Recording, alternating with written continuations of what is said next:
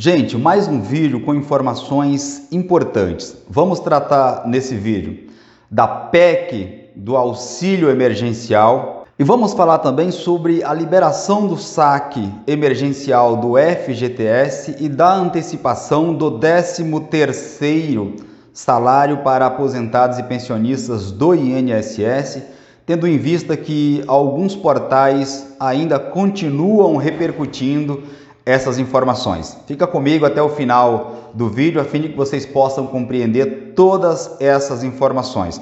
Aproveito a oportunidade, antes de entrarmos nos temas que iremos tratar, para te convidar, caso você não seja ainda, inscreva-se em nosso canal, ative o sininho das notificações, a fim de que você seja avisado todas as vezes que fizermos uma nova publicação com assuntos importantes, como estes que nós iremos tratar a seguir. Vejam, pessoal, o Senado avalia fatiar a PEC do auxílio emergencial, ou seja, pegar só aquela parte que trata do auxílio emergencial para um novo pagamento do auxílio emergencial e deixar de lado os outros assuntos que são tratados na proposta de emenda à Constituição. Sobre o número da PEC e todas as demais informações eu vou deixar na descrição deste vídeo. Mas para que vocês entendam sobre esse fatiamento que o Senado quer fazer na PEC do auxílio emergencial, é o seguinte: essa proposta de emenda à Constituição, chamada de PEC do auxílio emergencial, ela trata de diversos outros assuntos e não somente do auxílio emergencial. Ela trata, por exemplo, de dispensar o governo federal de investimento mínimo na educação e na saúde. Para que vocês compreendam, o governo brasileiro, ele é obrigado pela Constituição Federal a investir um valor mínimo em saúde e educação.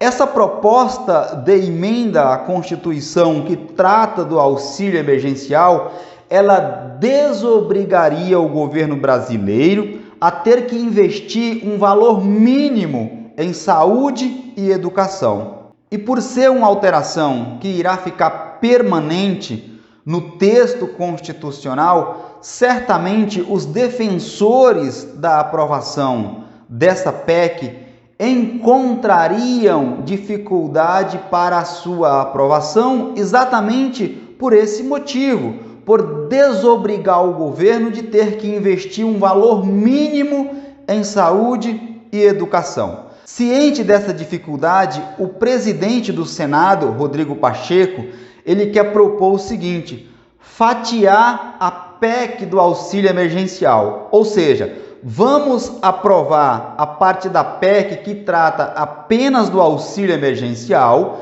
e as outras questões nós discutiremos oportunamente. Ou seja, teria um desmembramento da PEC e seria analisada somente a parte da proposta de emenda à Constituição que trata da autorização do retorno do auxílio emergencial.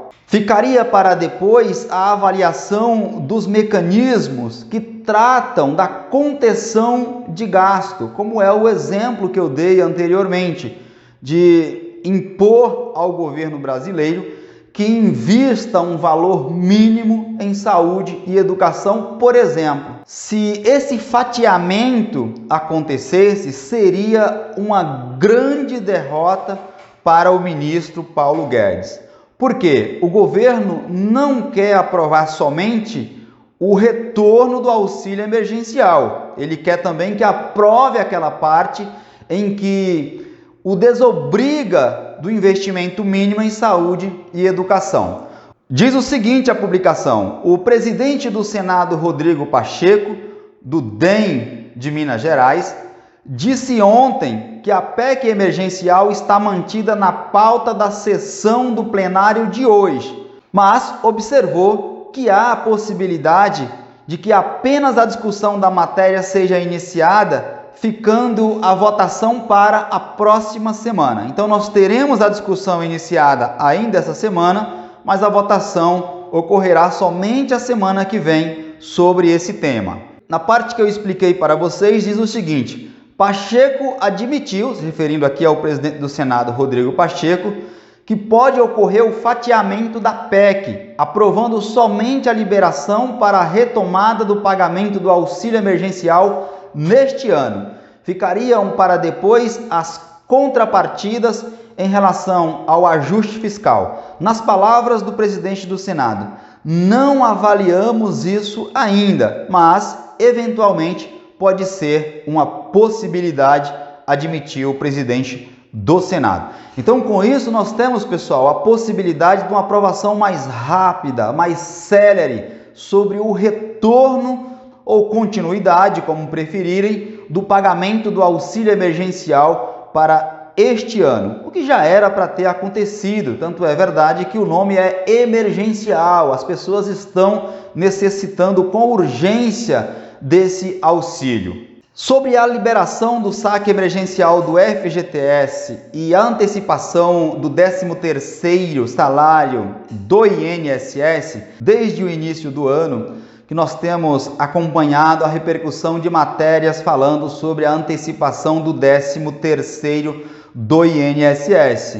Essas medidas de antecipação do 13º para os aposentados e pensionistas do INSS, bem como a liberação do saque do FGTS emergencial, elas têm como objetivo amenizar os impactos causados pela pandemia na população. O governo chegou a ventilar que essa antecipação do 13º para aposentados e pensionistas do INSS ocorreria ainda neste mês de fevereiro. Contudo, já estamos agora no dia 25, certamente isto não ocorrerá. Isto porque, para que essa antecipação acontecesse, o Congresso já deveria ter aprovado o orçamento federal para este ano, e isso ainda não aconteceu. Enquanto o orçamento federal não for aprovado, o governo federal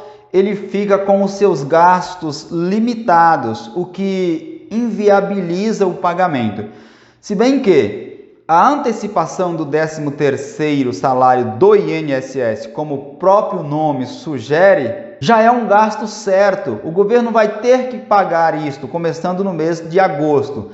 Então, isto já está previsto no orçamento do ano passado. O governo apenas faria o adiantamento, a antecipação desses valores. Mas a justificativa do governo é exatamente essa, que não vai fazer o pagamento dessa antecipação porque o orçamento federal ainda não foi aprovado. Como não saiu em fevereiro, ventila-se que o pagamento comece no dia 25 de março. Não é certo ainda. Especificamente, integrante do Ministério da Economia afirmam que o pagamento sairá no dia 25 de março da primeira parcela como antecipação do 13º dos aposentados e pensionistas do INSS. Vamos aguardar para ver. Sobre o saque emergencial do FGTS, tem tudo para acontecer. Porque, veja, no governo Michel Temer já aconteceu,